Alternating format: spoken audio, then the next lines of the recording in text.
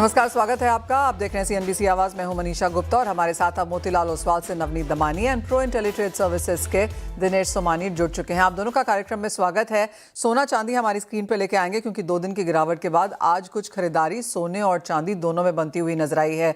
ये सोना है आपकी स्क्रीन पे ऑलमोस्ट 1% की बढ़त और 1.5 लाख के ऊपर के प्राइसेस फिर से स्थित होते हुए। जहां तक चांदी की बात है, यहां पर तेजी कुछ ज्यादा है, ऑलमोस्ट 3.5% की बढ़त के साथ एमसीएक्स पे फिलहाल कारोबार। नवनीत, गोल्ड एंड सिल्वर पे अब यहां पर क्या राय है? आज of course FOMC meeting minutes हैं, यूएस इन्फ्लेशन डेटा इस हफ्ते में आना है, यूएस ईरान और यूक्रेन की कॉन्वर्सेशन अभी भी जारी है, तो काफी कुछ है बाजार को देखने के लिए।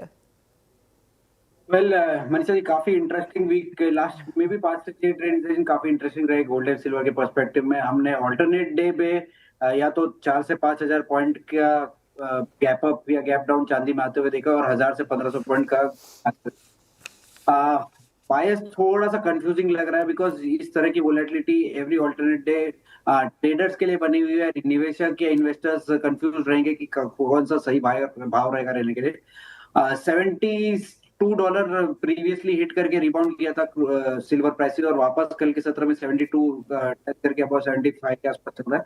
तो मेरा मानना यह है कि जब तक 72 नहीं ब्रीच होता है, एक रिबाउंड 77 तक भी जा सकता है, बट ओवरऑल अभी भी सेल ऑन राइज वाला स्टांस रहेगा वही कमोडिटीज में। एंड आने वाले दिनों में और ज्यादा निचले लेवल देखने मिल सकते हैं। इन सिनेरियो मुझे लगता है 65 और 67 भी एक पॉसिबल टारगेट हो सकता है सिल्वर में। एंड गोल्ड के अगर 5050 कन्विंसिंगली नहीं ब्रीच होता है ऊपर में, तो गोल्ड में पॉसिबिलिटी है कि 4700 तक के भी लेवल हम आने वाले दिनों में देखें। ऑलराइट, सेल ऑन राइज की रैलीज यहाँ पर सोने और चांदी दोनों में आती हुई। दिनेश जी, आपको भी लगता है कि बेच के ही काम करने का है और ट्रेडर्स के लिए स्पेशली अब क्या राय है? जी बिल्कुल मनीषा जी, कल का जो सत्र था हमारी शार्प गिरावट हमें देखने मिली थी। सिल्वर जो 2,40,000-41,000 के आसपास ट्रेड कर रही थी, वो करीब 2,26,000 का लो बनाया और गोल्ड जो 1,55,000 के आसपास ट्रेड कर रहा था, 1,51,000 का लो बनाया है। आज की जो रैली है मैं से एक रिलीफ रैली मानूंगा और वहां से एक पुलबैक हमने शार्प रैली आते हुए देखी जो 2,37,000 के पास सिल्वर ट्रेड कर रहा है और 2,52,500 के आसपास गोल्ड ट्रेड कर रहा है। गोल्ड मुझे सिल्वर के मुकाबले थोड़ा सा ज्यादा स्ट्रॉन्ग नजर आता है क्योंकि कॉमेक्स गोल्ड और सिल्वर का रेशियो अगर हम देखते हैं तो जो 40-42 नीचे के लेवल हमने देखे थे वहां से 67 के लेवल के आसपास आ चुका है।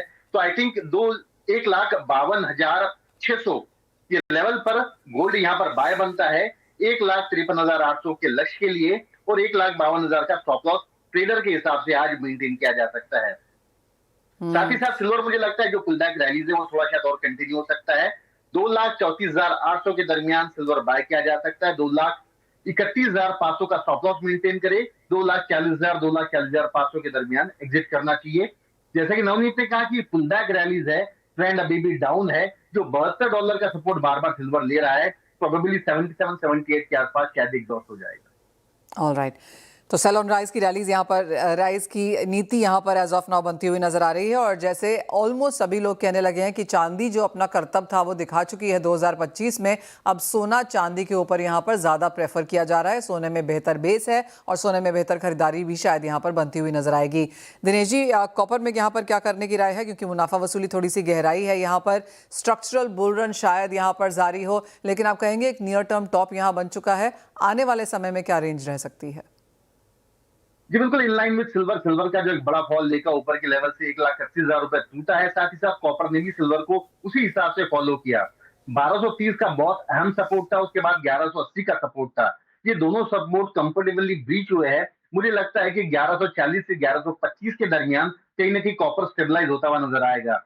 तो यहाँ इंट्राडे अगर कोई ट्रेड करना चाहे तो आई थिंक 1157 एक अच्छा सपोर्ट है। इंट्राडे के लिहाज से वहां बाय बनता है। 1,145 का स्टॉप लॉस मेंटेन करके 1,180 का प्रोबेबली आज टारगेट मिलता है। लेकिन ओवरऑल मुझे लगता है कि 1,125 से 1,130 के दरमियान आए तब वहां पोजिशनल लॉन्ग रीड किया जा सकता है। नवनीत, आप कैसे देखेंगे यहाँ पर overall metals as a sector को? चाइनीज मार्केट्स ऑफ कोर्स यहाँ पर फिलहाल बंद है, लेकिन इंपॉर्टेंट इकोनॉमिक डेटा आना है। जिस तरह के हमने यहाँ पर मार्जिन्स बढ़ते हुए देखे हैं अक्रॉस कमोडिटीज, जितना गोल्ड में है या फिर जितना सिल्वर में बहुत ज़्यादा है वैसा मेटल्स में नहीं है, लेकिन ओवरऑल मार्जिन्स हाई हैं। थोड़ी सी वॉल्यूम्स यहाँ पर एक्सचेंज में कम होती हुई नजर आई हैं। कॉपर में तो ऑफ कोर्स यहाँ पर कुछ जिस तरह से दिनेश जी ने कहा, कुछ बाइंग अपॉर्चुनिटीज देखने को मिल सकती हैं। एल्यूमिनियम और जिंक में क्या करने की राय है? कल हम सारे माइक्रो मेटल्स या माइनर मेटल्स में स्पिलओवर इम्पैक्ट देख रहे हैं, बिटकॉइन के Sure. जो सेलिंग आया है उसमें, या हम नैस्डैक में एआई रिलेटेड स्टॉक्स में जो सेलिंग देख रहे हैं उसका भी स्पिलओवर है। एंड खास तौर पे गोल्ड एंड सिल्वर में जब भी इंक्रीमेंटल फॉल आता है तो ये दोनों तीनों metals irrespective of how their fundamentals है, इनमें एक सेलिंग अपॉर्चुनिटी आ जाती है। बिकॉज कॉपर, एआई स्टॉक्स और सिल्वर तीनों ही चीजें टैंडम में बढ़ी है, तो इनका फॉल भी उसी तरह से हमने देखने को मिल रहा है लास्ट कुछ दिनों से। मैंने पहले भी आपके शो के माध्यम से बताया कि कॉपर का कोई भी तरह का शॉर्टेज नहीं है वर्ल्ड में, and there is enough and more copper. तो ये जो जो नैरेटिव है कि copper is the next gold और नेक्स्ट सिल्वर, ये मुझे नहीं लगता है कि 2026 में होल्ड करेगा। एंड प्रॉब्ली एक रीजनेबल करेक्शन जब भी एक मैसिव रैली आएगा उसके बाद देखने मिलते रहेगा। ओवरऑल मेरा मानना है कि 11,500 11,000 के रेंज में कॉपर इंटरनेशनली आ जाएगा, और डोमेस्टिक स्तरों में करीब करीब 1100 के नीचे के भाव भी देखने मिल जाएंगे अगले कुछ दिनों और हफ्तों के अंदर।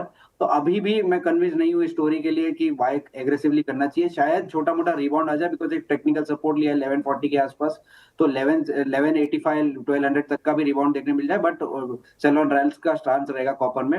रहा सवाल जिंक और एल्यूमिनियम का, तो हमने एक रीजनेबल करेक्शन जिंक और एल्यूमिनियम दोनों के प्राइसेस में आते हुए देखा है। एंड इनमें नैरेटिव इतना खराब नहीं है जितना कॉपर के अंदर है। एल्यूमिनियम एक ज्यादा बेटर विकल्प और बेटर बेट लग रहा है compare to the other two metals. 300 के आसपास बाय करने की स्ट्रेटेजी बनानी चाहिए, एंड 295 तक अक्यूमुलेट किया जा सकता है। 285 का आप स्टॉप लगाइए, वापस 335 340 तक के भी टारगेट आपको कुछ हफ्तों और महीनों में। Dinesh ji, crude and natural gas में क्या करने की राय है? क्रूड का स्ट्रक्चर अगर चार्टिस्टिकली व्यू में देखूं तो मुझे लगता है कि थोड़ा सा अप ट्रेंड में इसमें कंटिन्यूस हो रहा है, लेकिन जैसे कि मैं हमेशा कहता हूं कि न्यूज बेस्ड रैली से ही मोस्टली इसमें स्पाइक आता है। आई थिंक यहाँ पर एक मिड लेवल है, यहाँ पर कुछ करने जैसा नहीं है। प्रोबेबली 5610 अगर आता है तो वहां पर एक बार बाय किया जा सकता है 5715 5770 के लक्ष्य के लिए, और 5545 का इसमें स्टॉप लॉस मेंटेन कर सकते हैं। अभी शायद प्राइस थोड़े से एलिवेटेड है, अभी एक बड़ा स्पाइक आया है, वेट करना चाहिए 5610 के लेवल के लिए।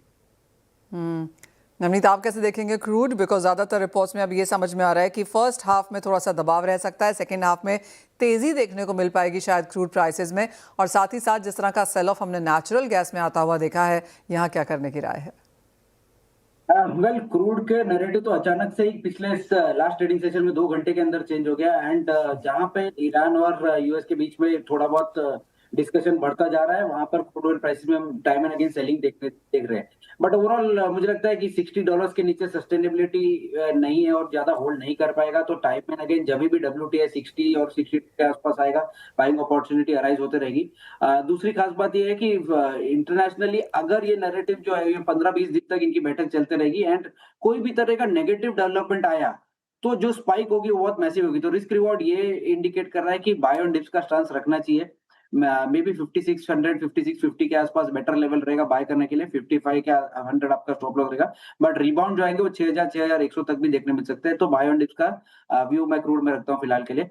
नेचुरल गैस का जो नैरेटिव है पूरे हद तक फेल हो गया है इस विंटर सीजन में। हमने नेचुरल गैस प्राइसेस में पिछले करीब करीब 12 से 14 हफ्तों में सिर्फ एक ही हफ्ता ऐसा देखा है कि एक मैसिव रैली आया।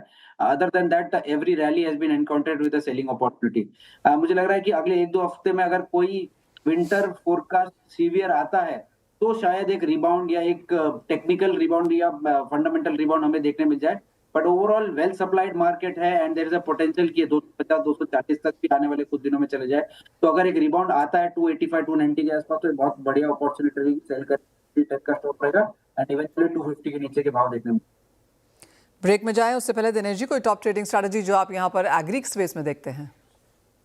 कि मुझे जीरा थोड़ा सा मजबूत लगता है, मौसम भी थोड़ा सा विपरीत हो चुका है, और साथ ही साथ अराइवल जितनी एक्सपेक्टेड थी उतनी अराइवल अभी आ नहीं रही है उंजाक और आसपास के गुजरात की मंडियों में। तो आई थिंक 22,400 22,500 के दरमियान जीरा का एक डिप मिलता है तो वहां एक बाइंग अपॉर्चुनिटी रहेगी।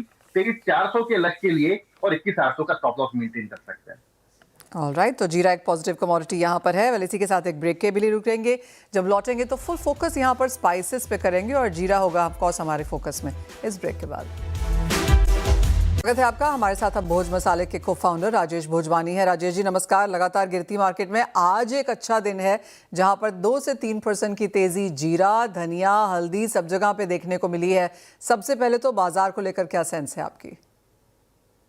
शुक्रिया मनीषा जी हमें इनवाइट करने के लिए। जैसा कि आप जानते हैं इस साल प्रोडक्शन काफ़ी इरेगुलर है तो प्राइजेस काफ़ी एबनॉर्मल रहेगी करके। तो इस समय काफ़ी एक्सपोर्ट की डिमांड अच्छी होने की वजह से और प्रोडक्शन कम होने की वजह से इस समय थोड़ी बहुत तेजी है मार्केट में इस समय। जो एक्सपोर्ट डिमांड है, आप वो रमजान की बात कर रहे हैं या फिर वो डिमांड ऑलरेडी आ चुकी है मार्केट्स में?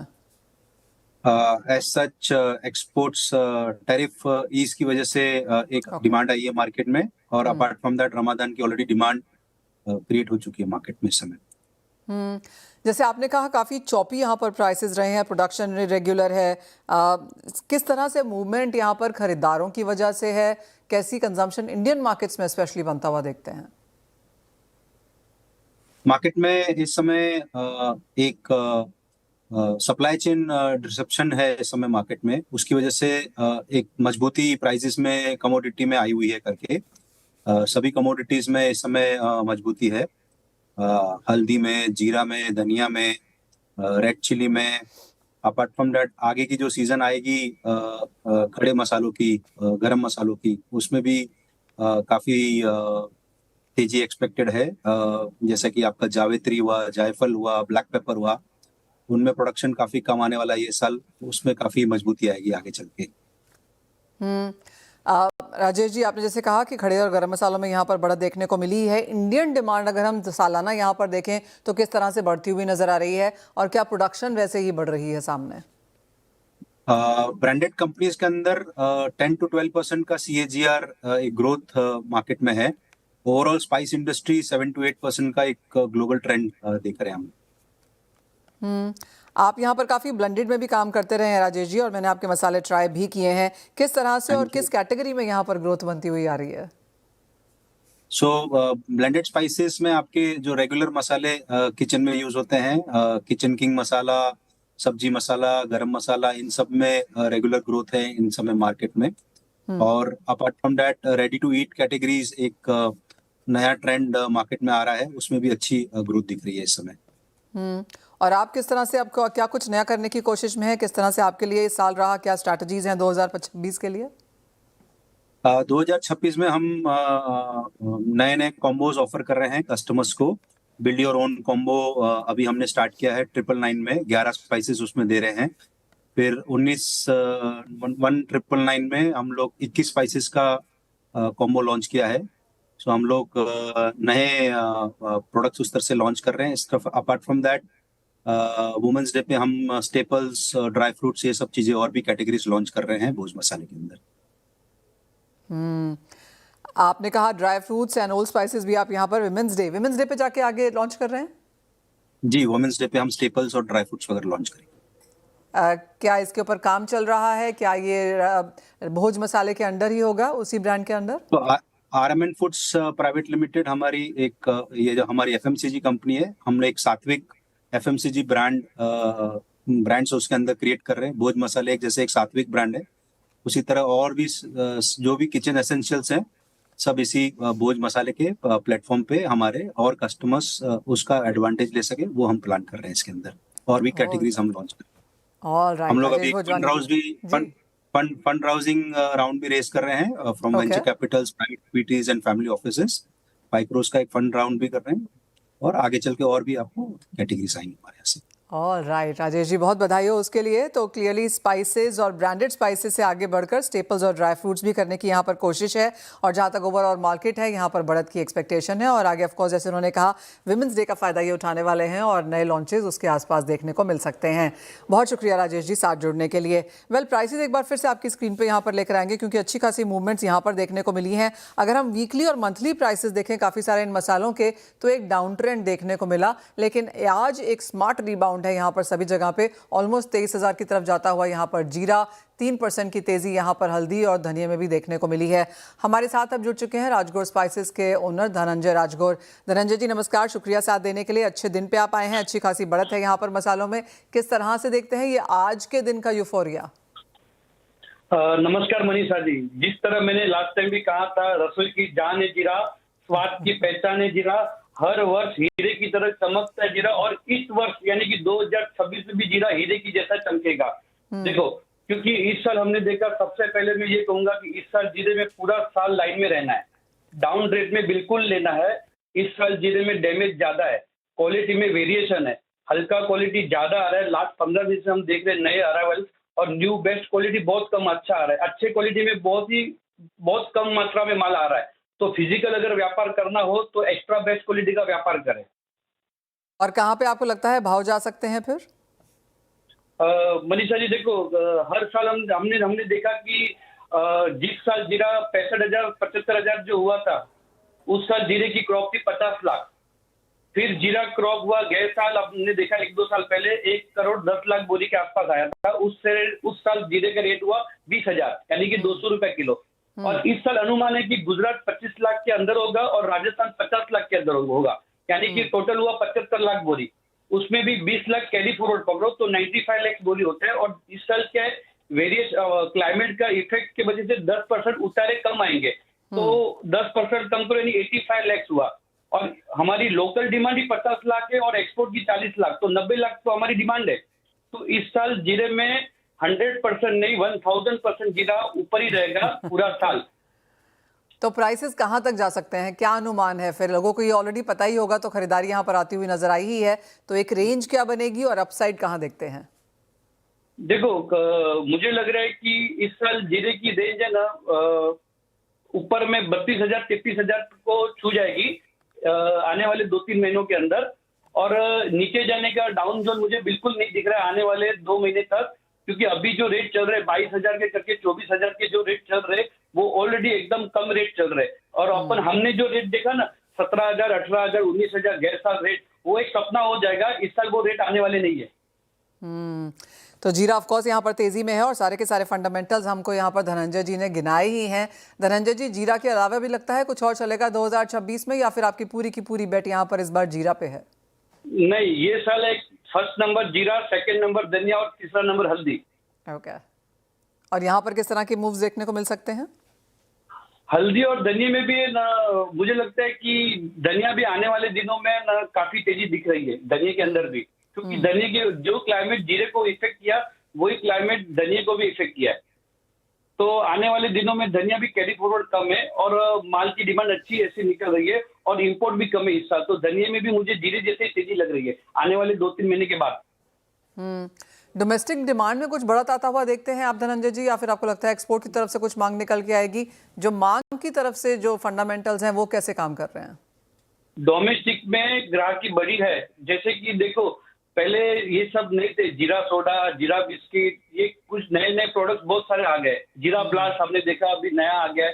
तो जीरा कहीं ना कहीं कंजप्शन जीरे की हर साल है ना 5 to 10% बढ़ रही है और इस साल प्रोडक्शन भी कम है। तो फिर जीरा तो बढ़ना ही है। और जीरे में जुलाई तक डरना नहीं है, क्योंकि अप्रैल महीने में जीरे की बिजाई होती है चाइना में और वो जीरा आता है जुलाई के आसपास। और पूरा का पूरा देखने जाए तो फंडामेंटल देखने जाए तो जीरे का रेट पूरे वर्ल्ड में सबसे कम इंडिया का है, तो स्टेरिंग इंडिया के पास ही है और जीरे का रेट ऑलरेडी कम है, तो इस भाव से जीरा बढ़ेगा ही। ऑल राइट धनंजय जी, बहुत शुक्रिया साथ जुड़ने के लिए। तो क्लियरली 2026 में यहाँ पर जीरा के ऊपर फुल फोकस आता हुआ, सारे के सारे नंबर्स डिटेल में हमें धनंजय जी ने बताए ही हैं और जिस तरह से यूजेज जीरे की यहाँ पर बढ़ती हुई नजर आई है, जीरा पानी से जीरा सोडा से जीरा बिस्किट, ऑफकोर्स काफ़ी सारी चीज़ों में यहाँ पर जीरा यूज़ होता है, तो ऑफकोर्स एक उसका फ़ायदा यहाँ पर जीरे की डिमांड को मिलता हुआ। वेल, इसी के साथ फिलहाल इस कार्यक्रम में इतना ही समय है, लेकिन आप बने रहिए हमारे साथ CNBC आवाज़ पर।